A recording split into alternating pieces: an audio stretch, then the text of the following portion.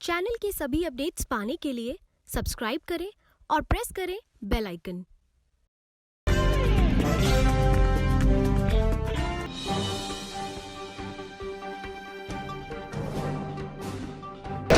नमस्कार, मैं हूं नेहा और आप देख रहे हैं इंडिया टाइम 24 न्यूज़।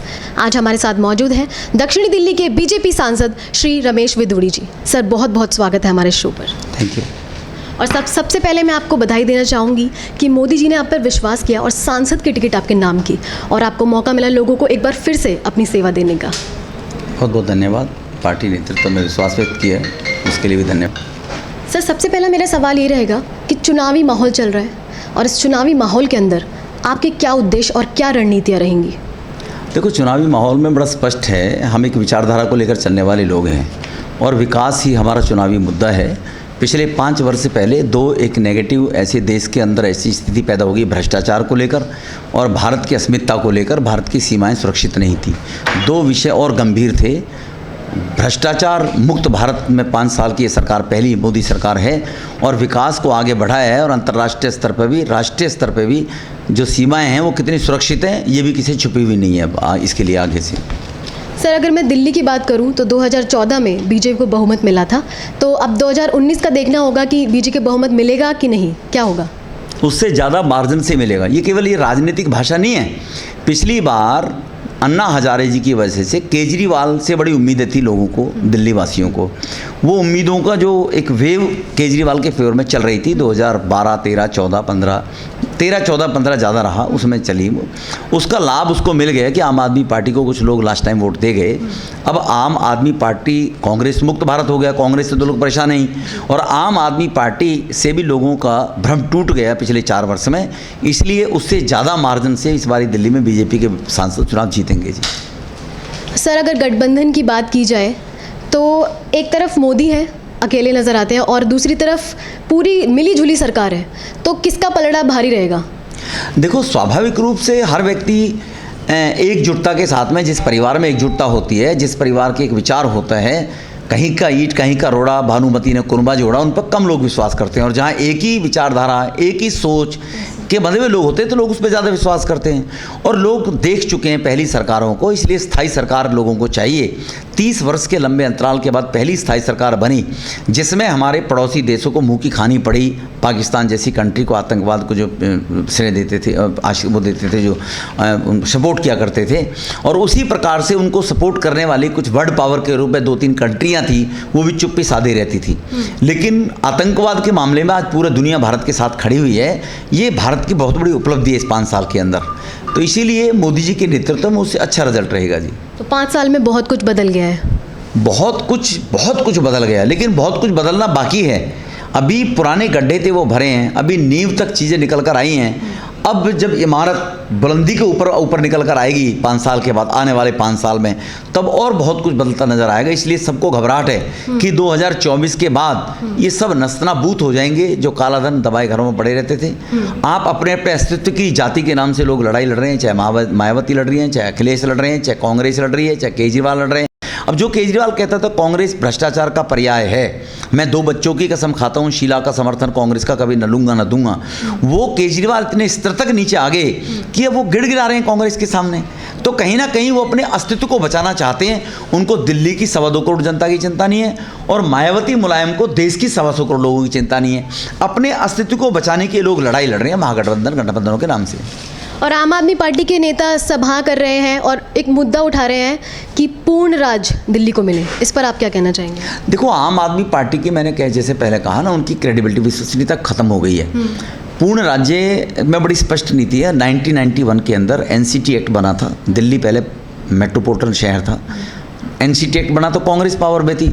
आज वो कांग्रेस से अलायंस करने को घूम रहे हैं। कांग्रेस ने ही ये बनाया था। तो कांग्रेस 15 साल शासन में, 10 साल केंद्र में रही, 15 साल दिल्ली में रही, तब पूर्ण राज्य का नहीं दे पाई। तो कांग्रेस के साथ रहकर केजरीवाल कैसे पूर्ण राज्य का दर्जा ले आएगा? नंबर 1। नंबर वो कहता है कि दिल्ली को पूर्ण राज्य का दर्जा मैं 7 MP जिता कर ले आऊँगा। केजरीवाल गंवार आदमी, लालू के तबेले का आदमी तो है नहीं। उसको मालूम है 543 सीटें लोकसभा में हैं, तो 7 सांसदों के कहने से क्या ऑर्डिनेंस आ जाएगा, क्या कानून बदल जाएगा क्या? तो इसलिए वो लोगों को गुमराह कर रहा है इस बात को लेकर। और पूर्ण राज्य का दर्जा कोई ज़्यादा दिल्ली के लिए विषय नहीं है। केवल अर्बनाइज लैंड, शहरी ज़मीनें डीडीए जिसको बोलेंगे, एनडीएमसी बोलेंगे, और एक पुलिस, ये दो चीज़ केवल केंद्र के पास हैं। बाकी तो 55,000 करोड़ रुपया केजरीवाल सरकार का अपना फंड है। जल बोर्ड में वो जो मर्जी करे, अनऑथराइज कॉलोनी के लिए जो मर्जी डिसीजन ले, स्कूल अपनी मर्जी से चलाए, अस्पताल अपनी मर्जी से चलाए, पीडब्ल्यूडी से सड़क अपनी मर्जी से बनाए, एमसीडी का ग्रांट का पैसा उसने अपनी मर्जी से देना है। इसमें केंद्र का कोई लेना देना ही नहीं है। तो केवल पुलिस और अर्बनाइज लैंड वो केंद्र के पास है। तो उसको मालूम है वो 4 साल में फेल हो गया। अब लोगों को शायद इसकी जानकारी ना हो, इसलिए गुमराह कर रहा है पूर्ण राज्य के दर्जे के नाम से। बिल्कुल सही। और सर, आपकी जो भूमिका है पार्टी में सांसद की है, तो आप किस तरह से इस पार्टी को सपोर्ट कर रहे हैं? पार्टी की हम एसेट्स हैं, हम पार्टी के कार्यकर्ता हैं। हमारी इस पार्टी में भूमिका जो है कार्यकर्ता की भूमिका है, वो सांसद की भूमिका नहीं है, एक कार्यकर्ता की भूमिका है। सांसद एक कॉन्स्टिट्यूशनल पद है जो सरकार की बातों को या सरकार तक पहुंचाने में जनता की बातों के लिए एक प्लेटफॉर्म तो है, लेकिन एक विचार को लेकर चलने वाले लोग हैं। भारतीय जनता पार्टी के कार्यकर्ता हैं। राष्ट्रवादी शक्तियां मजबूत हों, भारत विश्व गुरु बने, ये ध्येय है। इस ध्येय को लेकर हम काम कर रहे हैं। हम किसी परिवार के लिए, किसी व्यक्ति के लिए काम नहीं करते हैं, हम एक विचार के लिए काम कर रहे हैं। हमारी पार्टी के अंदर जो भी विचार के लिए काम करता है, तो एक विचारधारा है। विचारधारा के लिए हम लोग आगे बढ़ रहे हैं, विचारधारा के लिए काम कर रहे हैं। हम कोई मायावती खानदान, अखिलेश खानदान, राहुल खानदान वो जीवित रहें, जिंदे रहें, चलते रहें, उनके लिए काम नहीं कर रहे हैं। सतत ये काम आगे बढ़ता रहेगा कार्यकर्ताओं के बलबूते पर। सर, आपने एक बार फिर से टिकट जीती है, तो इस बार क्या नया देखने को मिलेगा और किस तरह जोश के साथ आप कैसा काम करेंगे? टिकट जीती नहीं जाती है। हर कार्यकर्ता का अधिकार है, वो चुनाव लड़ने की इच्छा रखता है, वो टिकट मांगता है, हर कार्यकर्ता का अधिकार है। लेकिन पार्टी का नेतृत्व इस बात को देखता है कि इस भूमिका के रूप में कौन कार्यकर्ता अच्छा अपना काम देख के अच्छा काम में अपनी दायित्व निभा सकता है। ऐसा नहीं है बाकी कार्यकर्ता वो दायित्व निभा नहीं सकते हैं, वो मेरे से हो सकता है मेरे से ज़्यादा बेटर दायित्व निभाने वाले हों पार्टी के अंदर, लेकिन संगठन में कहीं ना कहीं काम करने की मानसिकता में किसी को कुछ काम दिया जाता है, किसी को कुछ, तो ये जीता नहीं है। ये पार्टी में एक पार्टी की विचारधारा को आगे बढ़ने वाले ऐसे हजारों सैकड़ों कार्यकर्ता हैं, करोड़ों देश में कार्यकर्ता हैं, तो सबको काम दिए हुए हैं। पार्टी ने दोबारा विश्वास व्यक्त किया है कि लोकसभा के रूप में तुम ही दोबारा से चुनाव लड़ो, तो निश्चित रूप से उसको कार्यकर्ता भाव से हम आगे करेंगे, बढ़ाएंगे। तो कार्यकर्ता भाव से जब आप आगे बढ़ाएंगे तो किन किन चीज़ों को आप सुधारेंगे, किन किन चीज़ों पर आप सुधार की आवश्यकता है? देखो, सुधार की आवश्यकता तो परिवार के सुधार की आवश्यकता नहीं है, पार्टी के कार्यकर्ताओं की फाइनेंशियल पोजीशन सुधार की आवश्यकता नहीं है। सुधार की आवश्यकता है क्षेत्र के विकास की, सुधार की आवश्यकता है देश की विचारधारा, राष्ट्रवादी शक्तियाँ वो मजबूत हों, उनके लिए लोगों को मोबिलाइज करके आगे बढ़ाया जाए। इस देश में मुगलों ने राज किया, इस देश में अंग्रेजों ने राज किया, परिणाम क्या निकल के आया? हम भिखारी के भिखारी रह गए, हमारे साथ अत्याचार होते चले गए। तो कहीं ना कहीं अंग्रेज अगर आए थे तो हम सोने की चिड़िया थे, तभी तो आए ना।